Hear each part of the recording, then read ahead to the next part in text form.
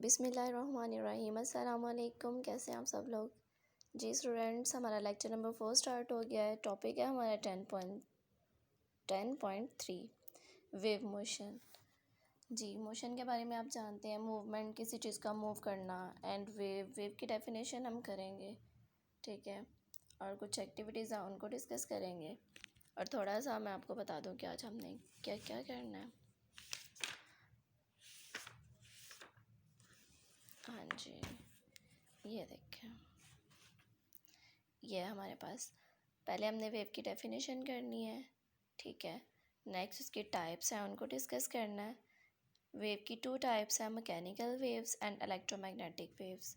और electromagnetic waves जो हैं इनको फर्दर डिवाइड नहीं किया गया, लेकिन मैकेनिकल वेव्स जो हैं इसकी नेक्स्ट जो है वो और भी टाइप्स हैं। इसकी आगे से 2 टाइप्स हैं।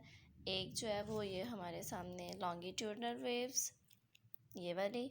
और सेकंड जो है वो हमारे पास ट्रांसफर वेव्स, ठीक है।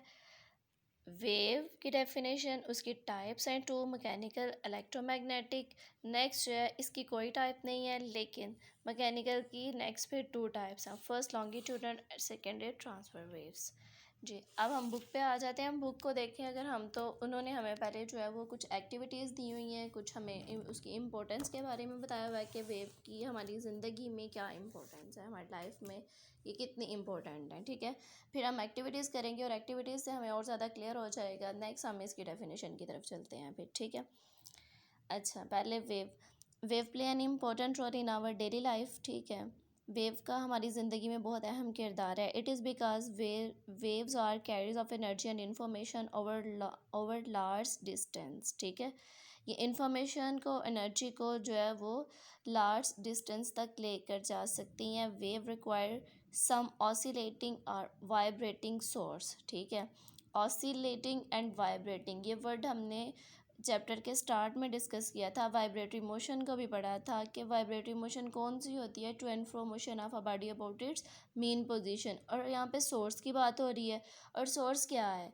फॉर एग्जांपल, अगर हम वाटर वेव्स प्रोड्यूस करवाना चाहते हैं, या हम जो है वेव्स के टाइप्स ऑफ काफ़ी ज़्यादा है ना, मतलब हमने वेव्स को किसी भी तरीके से जो है वो प्रोड्यूस करवा सकते हैं। यहाँ उन्होंने water waves and drop wave की एग्जांपल दी हुई है। इससे हट के मैं आपको एक साउंड, अपनी जो है साउंड की एग्जांपल देती हूँ, आवाज़, ठीक है।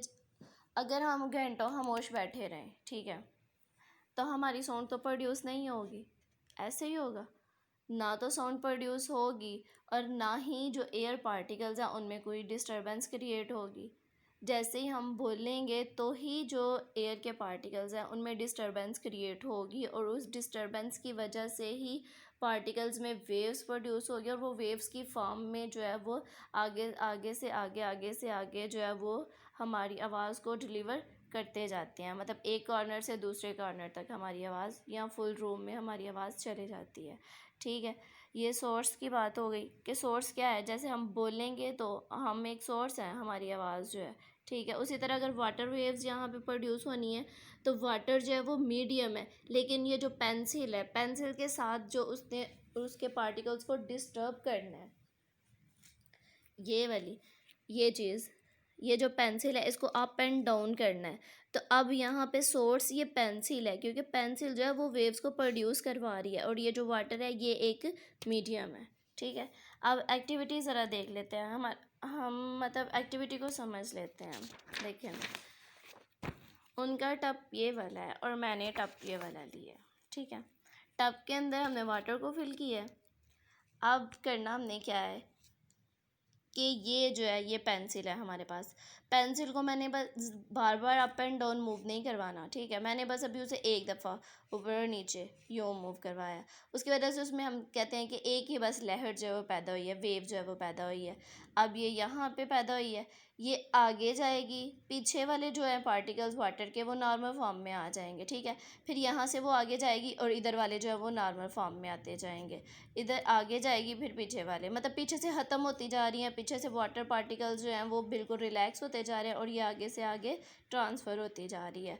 और फिर थोड़े फासले के बाद यहाँ पे हमने एक कार्क रखा हुआ है। हम इसकी जगह पे कोई भी लाइट सी चीज़ रख सकते हैं। फॉर एग्ज़ाम्पल, आप कोई जो बोतल है, वाटर बॉटल या इस तरह कोई भी बोतल, उसका ढक्कन जो है वो भी आप रख सकते हैं, ठीक है। अब यहाँ तक आएगी तो क्या होगा, ये जो कॉर्क है ये अपनी पोजीशन के अप, मतलब अगर ये अपनी मीन पोजीशन पे है तो अपनी पोजीशन के अप एंड डाउन मूव करेगा। अब इसने मूवमेंट की क्योंकि वेव्स आ रही थी और वेव्स एनर्जी को लेकर आ रही थी। एनर्जी कहाँ से आई थी, ये जब हमने इसको मूव करवाया था पेंसिल को, तो हमारी बॉडी की जो एनर्जी है वो इसमें आई थी और इसने आगे वाटर पार्टिकल्स को दी और ये आगे से यहाँ तक आई। अब आगे आगे जाते जाते क्या होगा, वेव्स जो है वो फिर ख़त्म होती जाएंगी।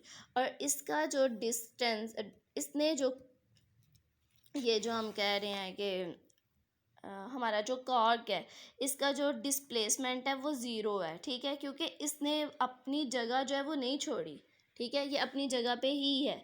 बस इसने अप एंड डाउन मूव ज़रूर किया है, ठीक है, वो वेव के पार्टिकल्स की वजह से, क्योंकि वेव्स की ये वाली शेप होती है, ये up and down up and down up and down, ठीक है। और ये वहाँ का वहाँ ही है, वेव आगे गुजर चुकी हैं, ठीक है। एक्टिविटी की रीडिंग करती हूँ, आपको क्लियर हो जाएगा।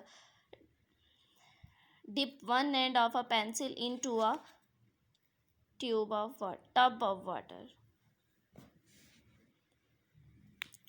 हाँ जी, रीडिंग करते हैं। Dip one end of the pencil into a tub of water and move it up and down vertically. अब हॉरिजेंटली होता है जो एक्स एक्सिस में, ये हमने वाई एक्सिस में इस तरह मूव करवाना है। The disturbance in the form of ripples produce water waves which move away from the source, ठीक है, सोर्स से वो बाहर आगे को मूव कर रही हैं, मतलब ये अगर यहाँ पे सोर्स था तो ये इधर को मूव कर रही हैं, ठीक है, from the source. When the wave reach a small piece of cork, ठीक है, तो floating near the disturbance it move up and down about its original position, या वो जो उसकी मेन पोजिशन थी, while the wave will travel outward, ठीक है। The net displacement of the cork is zero, ठीक है, जो कॉर्क का डिस्प्लेसमेंट है वो क्या है, ज़ीरो है। The cork repeat it's vibratory motion about its mean position. अब नेक्स्ट जो है वो नेक्स्ट एक्टिविटी में हमें वो क्या कह रहा है, नेक्स्ट जो है वो उसने एक रोप ली हुई है, ठीक है, ये नेक्स्ट में थोड़ा उसने हमें उसका बताना है, डायरेक्शन का बताना है, ठीक है। अब ये एक रोप है हमारे पास और रोप जो है उसकी एक सिरे को हमने ये फिक्स कर दिया हुआ है, दूसरे को हाथ में पकड़ा गया हुआ है और रोप का एक पॉइंट पी हमने ले लिया, ठीक है। अब देखें वेव्स आएंगी रोप में, इस स्ट्रिंग में, तो वेव जो है वो आगे गुजर जाएंगी, लेकिन ये पी पॉइंट जो हमने फिक्स कर दिया हुआ है ये तो अपनी जगह से नहीं ना हिल सकता, ये यहीं का यहीं रहेगा, ये मूव नहीं करेगा, ठीक है। अब वेव यहाँ पे आई ऐसे ऐसे, अब पी पॉइंट पे आएंगी तो ये पी पॉइंट अपवर्ड चला जाएगा, फिर पीछे वाले रिलैक्स हो जाएंगे पार्टिकल्स, अब आगे गुजर जाएगी तो फिर ये हो जाएंगे। अब इनके दरमियान में ये जो एंगल बन रहा है वो कितने का बन रहा है, 90 का एंगल बन रहा है, ठीक है। अब इसकी आप जो है वो सारी ये वाली रीडिंग कर लेंगे तो आपको इसका मज़ीद क्लियर हो जाएगा। Take a rope and mark a point P on it. Tie one end of the rope with a support and stretch the rope by the holding its other hand in your hand into other end in your hand. Now flipping the rope up and down regularly with set up a wave in the rope which will travel towards the fixed end, ठीक है। The point P on the rope will start vibrate up and down. पीछे से भी तो vibration होती आ रही है ना, लेकिन पॉइंट P को उसने एक जो है स्पेशल दिखाने के लिए हमें कि P पॉइंट पे जब आएगा तो ये एक दफ़ा ऊपर जाएगा एक दफ़ा नीचे आएगा। As the wave passes crosses the motion of P will be perpendicular to the direction of motion of wave, ये वाला जो है, ठीक है, परपेंडिकुलर मतलब कि 90 का एंगल यहाँ पे जो है वो बन रहा है। अब नेक्स्ट जो है वो हम डेफिनेशन करेंगे वेव की। तो wave is a disturbance in the medium which causes the particles of the medium to undergo vibratory motion. हाँ जी, क्या कह रहे हैं यहाँ पे कि वेव इज़ अ डिस्टर्बेंस, ठीक है, वेव जो है वो एक डिस्टर्बेंस है किसके अंदर, मीडियम के अंदर। अब अगर हम वाटर को ही ले लें तो वाटर इज़ अ मीडियम, और जो पेंसिल के साथ हमने उसके पार्टिकल्स को डिस्टर्ब किया विच कॉजेज, जिसकी वजह से particles of the medium, water के जो पार्टिकल्स थे वो किस में आ गए, वो वाइब्रेटरी मोशन में आ गए, ठीक है, to undergo vibratory motion about its mean position. Vibratory motion जो है वो to and fro motion of a body about its mean position in equal interval of time. अब यहाँ पे टाइम को जो है वो डिस्कस किया गया है, तो व्हाट इज़ टाइम, टाइम को देखें, ये वाली जो डायग्राम है इस पर गौर करें, ये देखें, ये जो लाइन है ये वाली, ये बता रही है कि यहाँ पे वाटर पार्टिकल्स जो हैं वो अपनी मीन पोजीशन में थे, ठीक है, नॉर्मल फॉर्म में थे, ठीक है। जब हमने डिस्टरबेंस क्रिएट की थी तो जब वेव्स प्रोड्यूस हुई थी वो यूं प्रोड्यूस हुई थी। अब जितनी अपवर्ड है उतनी ये डाउनवर्ड है, 1 सेकंड में ऊपर 1 सेकंड में नीचे, 1 सेकंड में ऊपर 1 सेकंड में नीचे, 1 सेकंड में ऊपर 1 सेकंड में नीचे, तो इक्वल इंटरवल्स ऑफ टाइम, ठीक है। और ये जो इसका अपर पार्ट होता है उसको हम जो है वो क्रस्ट का नाम देते हैं, और जो लोअर पार्ट होता है उसको हम ट्रफ का नाम देते हैं, ठीक है। अब नेक्स्ट उसकी टाइप्स जो हैं, तो इसकी वेव की जो मेन टाइप्स हैं वो 2 हैं। मैकेनिकल वो वाली वेव्स हैं जिनको किसी ना किसी मीडियम की ज़रूरत होती है, ठीक है। ऐसी वेव्स जिनको किसी ना किसी मीडियम की ज़रूरत होती है, जैसे कि वाटर वेव्स, जो साउंड वेव्स हैं वो भी इसमें आ जाती हैं। ये जो स्ट्रिंग वाली थी ये सारी जो हैं ये किस में आ जाती हैं, मैकेनिकल वेव्स में। इलेक्ट्रोमैग्नेटिक वेव्स क्या हैं, ऐसी सारी वो वाली वेव्स जिनको प्रोपगेशन के लिए किसी भी मीडियम की ज़रूरत नहीं होती। इसको मैं आप एक एग्ज़ाम्पल देती हूँ, उससे आपको ये सारा जो है वो क्लियर हो जाएगा। आपने जो है वो 9th में पढ़ा था कंडक्शन, कन्वेक्शन एंड रेडिएशन, याद होगा आप लोगों को। रेडिएशन जो हमने पढ़ा था, रेडिएशन में हमने पढ़ा था कि जो है एक जगह से दूसरी जगह जब हीट ट्रांसफ़र होती है तो वो स्पेशल किस्म की वेव्स के ज़रिए होती हैं, और वो वेव्स होती हैं इलेक्ट्रोमैग्नेटिक वेव्स, ठीक है। अब यहाँ पे वो वाली इलेक्ट्रोमैग्नेटिक वेव्स को हम देखते हैं। देखिए सन जो है वो सोर्स है, ठीक है, और अर्थ जो है वो यहाँ पे ये ये सन जो है ये मेन सोर्स है किसका, हीट प्लस लाइट का।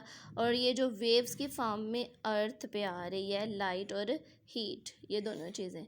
अब यहाँ पे अगर देखा जाए तो ये स्पेस वैक्यूम, यहाँ पे तो हवा नहीं है, एयर नहीं है, कोई भी मीडियम नहीं है। अब विदाउट मीडियम ये यहाँ से यहाँ तक आ रही हैं। अब ऐसी वेव्स भी तो है ना, वेव्स की 2 टाइप्स हैं, एक जिनको मीडियम की ज़रूरत है वो मैकेनिकल वेव्स हैं, एक जिनको मीडियम की ज़रूरत नहीं है वो इलेक्ट्रोमैग्नेटिक वेव्स हैं। और ये इलेक्ट्रोमैग्नेटिक वेव्स की एग्जांपल है सन से जो हीट और लाइट का अर्थ तक का आना, ठीक है।